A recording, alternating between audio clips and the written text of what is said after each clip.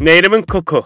사진작가를 꿈꾸는 지망생. 이번에는 꼭 좋은 사진을 찍어서 작가로 데뷔하는 거야. 역시 좋은 사진을 찍으려면 많이 봐야 알 수 있지. 뭐지? 이 사진 강렬하다. 금방이라도 넘쳐 흐를 것 같은 붉은 밤하늘. 마치 빨려 들어갈 것 같아. 여기가 어디지? 이런 곳이 있었나? 보라야, 응? 너 이거 어딘지 알아? 이거 어디서 많이 본 것 같은데? 나도 여기서 사진 찍으면 이번에 데뷔하는 거 아니야? 아, 이거 그거잖아. 호주 산불. 산불? 너 뉴스 안 봤어? 호주에서 산불이 5개월 넘게 났잖아. 5개월? 왜? 기후변화 때문이래. 기후변화? 에이, 온도 좀 올라갔다고 무슨 산불이 나. 그게 그러니까. 아! 그 모든 걸 다 알려준다는 국립자연휴양림 관리소에 물어봐봐. 지금 보신 사진들은 모두 2020년 초 호주의 사진입니다. 이렇게 핏빛 하늘을 띠는 이유는 연기가 햇빛을 가려 한낮에도 하늘이 붉게 보이기 때문입니다.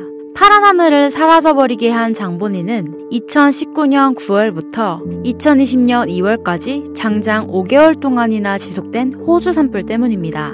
이것은 호주 산불 후의 위성사진인데요. 36,000km 떨어져 있는 우주에서도 산불이 보일 정도면 정말 어마어마한 면적이 화재로 인해 소실된 것을 알 수 있습니다.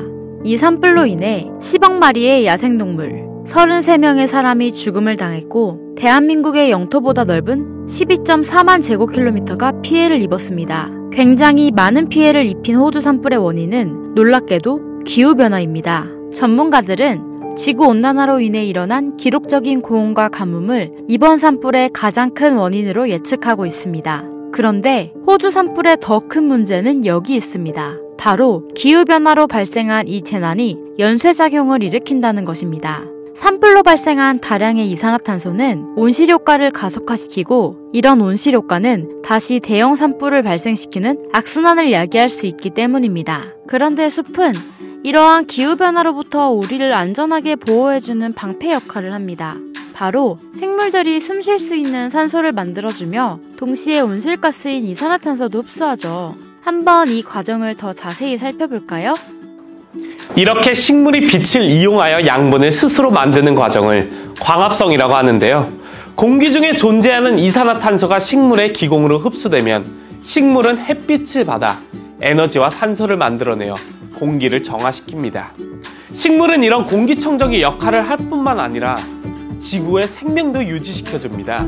동물은 식물과 다르게 스스로 영양분을 만들어낼 수 없기 때문에 동물은 식물이 만든 유기물을 섭취하여 생명을 유지하는 에너지로 사용하죠. 이렇게 식물의 보금자리인 숲은 지구에서 다양한 역할들을 수행하고 있습니다. 또한 숲이 인간에게 끼치는 유익한 점이 많이 알려지면서 숲을 찾는 사람들이 점점 늘어나고 있다고 합니다. 지금부터 숲이 인간과 지구에게 어떠한 영향을 미치는지 알아보겠습니다.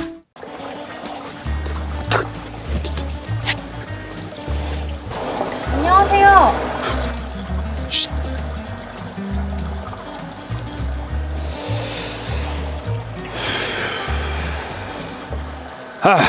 산에 전기를 잠깐 받느냐고 실례가 많았습니다. 여기에 자주 오시나 봐요. 이 산속에서 생활한 지도 벌써 40년이나 됐어. 산속 생활 힘들지 않으세요? 산속 생활이나 도시 생활이나 거기서 거기지 뭐 세상 사는 게.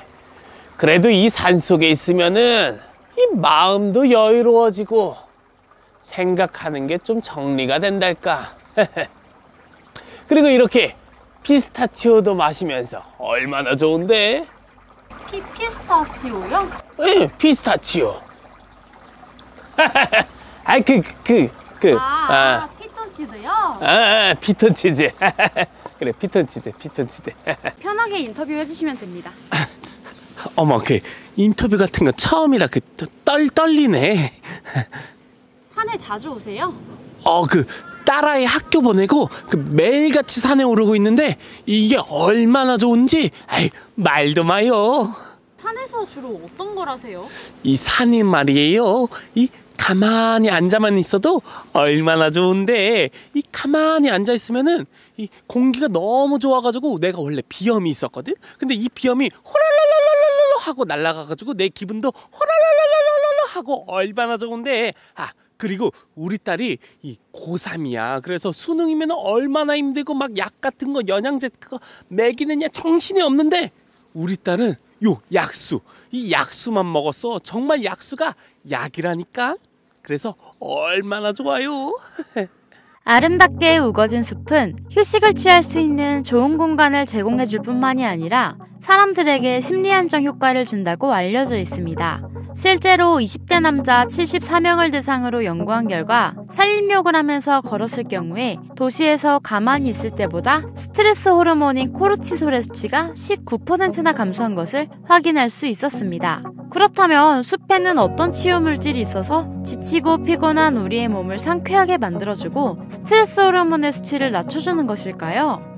산속을 가면 우리는 상쾌한 향기를 맡을 수 있습니다. 그것이 바로 산을 가득 채운 나무들이 뿜어내는 다양한 물질로 구성된 피톤치드인데요. 피톤치드는 사실 식물이 자신을 방어하기 위해 뿜어내는 것으로 해충이나 미생물로부터 스스로를 지키기 위해 만들어내는 물질입니다. 피톤치드는 숲속의 공기 중에 떠 있는데, 이것이 호흡기나 피부를 통해 인체에 흡수되어 면역력을 높여주고 스트레스를 낮춰주는 역할을 한다고 합니다. 2020년 FAO의 세계 산림 자원 평가에 의하면 현재 세계의 산림 면적은 40억 헥타르로 전체 육지 면적의 31%를 차지합니다.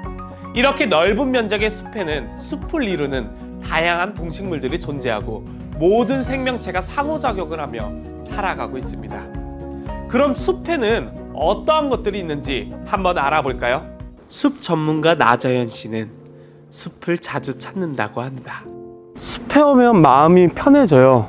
숲은 정말 많은 생명들에게 안식처가 되잖아요.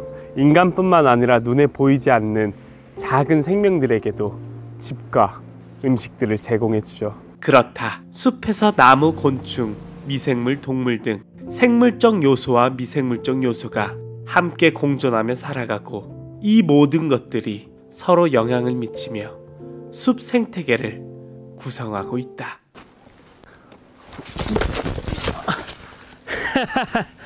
이게 낙엽 보려고 잠깐 앉았습니다. 숲에는 이렇게 끝이 보이지 않는 나무부터 눈에 보이지 않는 작은 미생물까지 다양한 생물들이 살아가고 있습니다. 이건 한국인이 가장 좋아하는 나무인 소나무입니다. 이렇게 나뭇잎이 뾰족뾰족하게 생긴 걸 치녀수라고 하는데요. 굉장히 쓰임새가 많은 나무입니다. 솔방울은 기름을 많이 머금는 특성이 있어서 불쏘시개로도 많이 쓰이고 있습니다. 그리고 우리나라 숲 전체의 30%를 차지할 만큼 많이 분포되어 있고요. 하지만 현재는 소나무 에이즈라고 불리는 소나무 재선충의 습격으로 인해 우리나라의 많은 소나무가 말라 죽고 있다고 한다. 잠깐만요. 공공으로 이용되고 있는 공원이나 일반 산에서 도토리가 떨어져 있어도 절대 주우시면 안 돼요. 불법입니다. 몰랐어요. 네, 많은 분들이 그 사실을 모르셔서 밤이나 도토리들을 많이 주우시더라고요. 하지만 이는 야생동물의 중요한 먹거리입니다. 줍지 마세요. 야생동물에게 양보하세요. 그리고 이 도토리가 열리는 나무는 참나무인데요. 우리나라에는 많은 참나무들이 살고 있습니다. 신갈나무, 떡갈나무 등 참나무를 한 종이라고 생각하시는 분들이 많은데, 참나무에도 여러 종의 나무들이 속해 있죠. 네, 방금 보신 나무와 같은 식물을 생산자라고 부릅니다. 보통 생산자는 광합성을 통해 무기물을 유기물질로 생산해내는 생물을 말하며 주로 식물이나 조류 등에 속합니다. 람쥐야! 도토리 먹고 무럭무럭 자라! 이렇게 다람쥐처럼 생산자는 식물을 먹이려 하는 동물을 의미합니다. 다람쥐는 식물을 먹고 다람쥐가 또 다른 동물의 먹이가 되는 등의 먹이사슬을 이루고 있죠. 이를 모두 생산자라고 부릅니다. 숲에는 다양한 동식물들이 살고 있어요. 피디님, 제가 질문 하나 해도 될까요? 뭔데요? 산에 많은 동물들이 살고 있잖아요. 그런데 왜 사체는 없을까요? 관리해 주시는 분들이 있지 않을까요? 아니에요. 바로 분해하는 역할을 하는 미생물이 있기 때문이에요. 여기 그 분해자들이 있습니다. 여기 미생물들이나 버섯, 작은 미소동물들은 동식물의 사체나 똥이나 오줌 등을 분해해서 에너지를 얻어서 살아가는데요. 이들은 유기물질을 분해해서 다시 자연으로 돌려보내죠. 맞습니다. 생산자인 식물, 소비자인 동물이 죽게 되면 사체가 생기게 되는데 이를 분해하는 역할을 하는 것을 바로 분해자라고 합니다. 또 여기 신기한 점이 있습니다. 분해자가 분해한 유기물질들은 다시 생산자인 식물의 양분으로 사용하게 되죠. 결국 이렇게 돌고 도는 것입니다. 바로 이 숲의 생태계 안에서 말이죠. 생물의 활동 에너지의 원천인 태양 에너지에서 시작돼서 그 모양이 다양하게 변하여 생태계 안을 순환하고 있습니다. 생산자인 식물은 태양 에너지를 화학 에너지로 전환하고 이를 소비자가 먹고 소비자의 배설물이나 사체를 분해자가 분해하여 이를 다시 또 생산자의 에너지로 쓰이게 되는 거죠. 이렇게 식물, 동물, 미생물 등의 생명체 간의 상호작용 또는 미생물체와 환경과의 상호작용이 지속적으로 유지되는 시스템을 생태계라고 부릅니다. 숲 생태계를 구성하는 요소에는 빛, 온도, 물, 공기, 토양의 무생물적 요소와 생산자, 소비자, 분해자의 생물적 요소로 구성되게 됩니다. 이들 중 하나라도 지나치거나 부족하게 되면 생물은 제대로 살 수 없습니다. 생태계 평형이 깨지는 것이죠. 이렇게 생태계를 유지하는 데 중요한 것 중 하나는 생태계 안정성입니다. 먹이사슬이 복잡하게 얽혀 있을수록 안정된 생태계라고 할 수 있죠. 그런데 여기 생물 다양성이 깨져 생태계가 깨진 안타까운 사례가 있습니다. 인도양의 모리셔스 섬, 이곳에는 날지 못하는 새, 도도새가 살고 있었습니다. 몸집은 칠면조보다 크며 큰 머리를 가졌고 작고 쓸모없는 날개가 달려있죠. 과거 모리셔스 섬은 무인도로 다양한 종의 조류만 사는 섬이었기 때문에 도도새를 해치는 어떤 포식자도 없었습니다.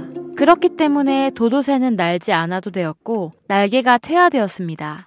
그런데 1507년 인간들이 발을 들여놓으면서 이야기는 완전히 달라졌습니다. 도도새는 날지 못했기 때문에 인간들의 사냥감이 되었고 걸음도 느린 도도새는 도망갈 수도 없었습니다. 결국 1681년 근근히 명맥을 유지해 오던 도도새는 총성과 함께 쓰러졌습니다. 지구상의 도도새가 완전히 사라지는 순간이었습니다. 그런데 그 후 모리셔스 섬에 이상한 일이 벌어졌습니다. 모리셔스 섬을 가득 채우던 카바리아 나무가 점점 줄어 결국 13그루만이 남게 되었습니다. 과학자들이 그 이유를 조사해본 결과 카바리아 나무의 씨앗은 껍데기가 단단해서 씨앗이 혼자의 힘으로 싹을 틔우기 힘들었는데 과거에는 도도새가 씨앗을 섭취한 후 배설물로 배출된 것에서 싹이 나왔는데 도도새가 멸종하니 싹도 트지 못해 카바리아 나무가 점점 사라져간 것이었습니다. 결국 과학자들은 칠면조를 이용하여 카바리아 나무의 멸종을 막는 데 성공했지만 도도새를 통해 생물을 다양하게 유지하는 게 얼마나 중요한지 깨닫는 중요한 계기가 되었습니다. 도도새와 카바리아 나무가 우리에게 말해주는 것은 생물이 복잡한 관계 속에 서로서로 엉켜있고 생물의 다양성이 감소하면 결국은 그 영향이 인간에게 올 수도 있다는 것입니다. 생물 다양성의 중요성을 점차 인식하게 되면서 1992년 150개국 국가가 생물 다양성 협약을 체결하였는데요. 이 협약의 내용은 지구상에 존재하는 생물종의 다양성을 보존하고 지속 가능한 방식으로 생물 다양성의 요소를 사용하며 유전 자원으로부터 유래되는 이익을 공정하고 형평에 맞게 공유하는 목적으로 가입 국가 간에 상호 협력하자는 내용을 담은 내용입니다. 생물 다양성은 돈으로 환산할 수 없을 만큼의 가치를 가지고 있지만 대부분의 사람들은 생물 다양성의 가치를 잘 알지 못합니다. 그렇기 때문에 지금까지의 인류 발전 역사를 보면 경제 발전을 할수록 인간은 더욱 무분별하게 생태계를 훼손시켜 왔습니다. 그래서 UN 환경계획이나 생물 다양성 협약, 유럽연합 등 많은 세계적 기관들이 생물 다양성의 경제적 가치를 평가하고 있습니다. 그렇다면 우리나라 산림의 가치는 얼마나 되고 또 어떤 역할을 하고 있을까요? 시민 인터뷰를 통해 알아보았습니다. 저희 할아버지가 그 집이 외딴 집이라고 해서 산 바로 밑에 있거든요. 근데 이번 여름에 그 폭우가 내렸잖아요. 그때 그 폭우 때문에 산사태가 일어났는데 막 흙이 막 덮쳐오고 그러면 할아버지가 얼랄랄랄랄 이렇게 뛰어가는데 갑자기 나무들이 막아주더라고요. 이게 나무들이 산사태를 막아줬는데 알고 보니까 평소에도 이 나무들이 뿌리들 있잖아요. 그게 흙을 딱 잡아서 산사태 나는 거를 막아준대요. 맞습니다. 나무는 뿌리로 흙을 잡고 있어서 흙이 쓸어 내려가는 것을 막아줍니다. 국내 연구진이 산불로 훼손된 숲과 숲이 잘 조성된 곳에서 흙이 얼마나 쓸어 내려가는지 조사해 보았는데요. 폭우가 쏟아진 후 우거진 숲에서는 흙이 1헥타르당 27.5kg이 유출된 반면 숲이 거의 없는 곳에서는 2340kg의 흙이 유출된 것으로 확인할 수 있었습니다. 그 산하면 계곡 아니여라. 제가 울때를 송추물게 김혁수여라. 나가 3살 때부터 송추 계곡에서 수영을 했는데요. 수영을 하면서 든 생각이 이 물은 어디서 오는 걸까라는 그런 생각을 했어요. 근데 알고 보니까 비가 억수로 내리면은 이 흙이 물을 머금고 있다가 천천히 계곡물을 마르지 않게 내려준다는게요. 완전 신기하지라. 두 번째, 흙은 물을 머금는 능력이 있습니다. 토양 속 공극이라고 하는 미세한 공간이 많이 있는데 바로 여기에 빗물이 많이 저장됩니다. 이 공극이 많을수록 숲이 더 많은 빗물을 머금을 수 있고 이렇게 숲속에 흙이 저장된 빗물은 흙 속에서 천천히 흘러서 비가 그친 뒤에도 오랫동안 계곡에 물을 공급해주는 역할을 합니다. 산하면 나무, 나무하면 공기정화 아니겠습니까? 통계학적으로 봤을 때 2019년 우리나라의 목재 수급량은 2766만 6천 세제곱미터에 달하는데 현재 우리나라 인구가 5170. 숲은 산소를 공급해줍니다. 식물들은 광합성을 통해 산소를 배출시켜 맑은 공기로 만들어줍니다. 주요 산림수 중에 표준 탄소 흡수량에 따르면 우리나라 산림의 1헥타르는 평균 연간 약 10.4톤의 이산화탄소를 흡수하는 것으로 나타났습니다. 안녕하세요. 저는 6학년 3반 24번 2학년입니다. 산에는 동물도 많고 식물도 많이 있습니다. 그래서 산은 동물하고 식물한테 보금자리를 마련해 줍니다. 사람뿐만이 아니라 숲은 야생의 동식물들에게 먹이와 집을 제공해 주어서 생태계를 유지하는데 가장 중요한 역할을 하는 생물 다양성을 유지시켜주는 역할을 합니다. 저는 요즘 태교 차원에서 산에 자주 오르고 있어요. 나는 퇴직하고 손녀 보는 낙으로 살고 있습니다. 근데 이번에 딸이 또 아이를 가졌지 뭐요. 하여튼 그 딸이 산에 가자고 해서 처음에는 따라다니다가 이게 한두 번 가다 보니까 이게 좋더라고. 몸도 좋아지는 것 같고 정신도 맑아지고 게다가 여유까지 생기더라고. 그래가지고 건강 생각해서라도 자주 오려고 합니다. 다섯 번째, 우리는 숲과 한평생 살아갑니다. 숲이 가지고 있는 환경 요소들을 활용하여 임산부의 심리적 안정과 태아 건강을 증진시키는 숲태교를 할 수도 있고 뱃속에 아기가 아장아장 걸어다닐 때면 숲 체험을 하며 영유아의 신체 정서 발달에 도움을 줍니다.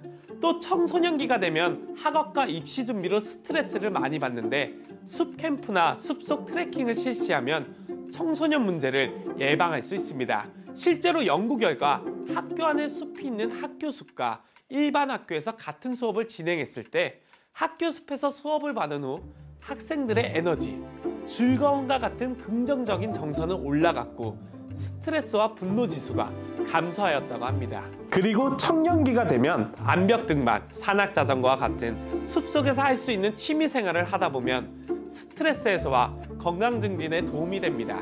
중장년층에게는 숲속에서 캠핑을 하거나 산림 분야 일자리로 인생의 제2막을 펼칠 수 있습니다.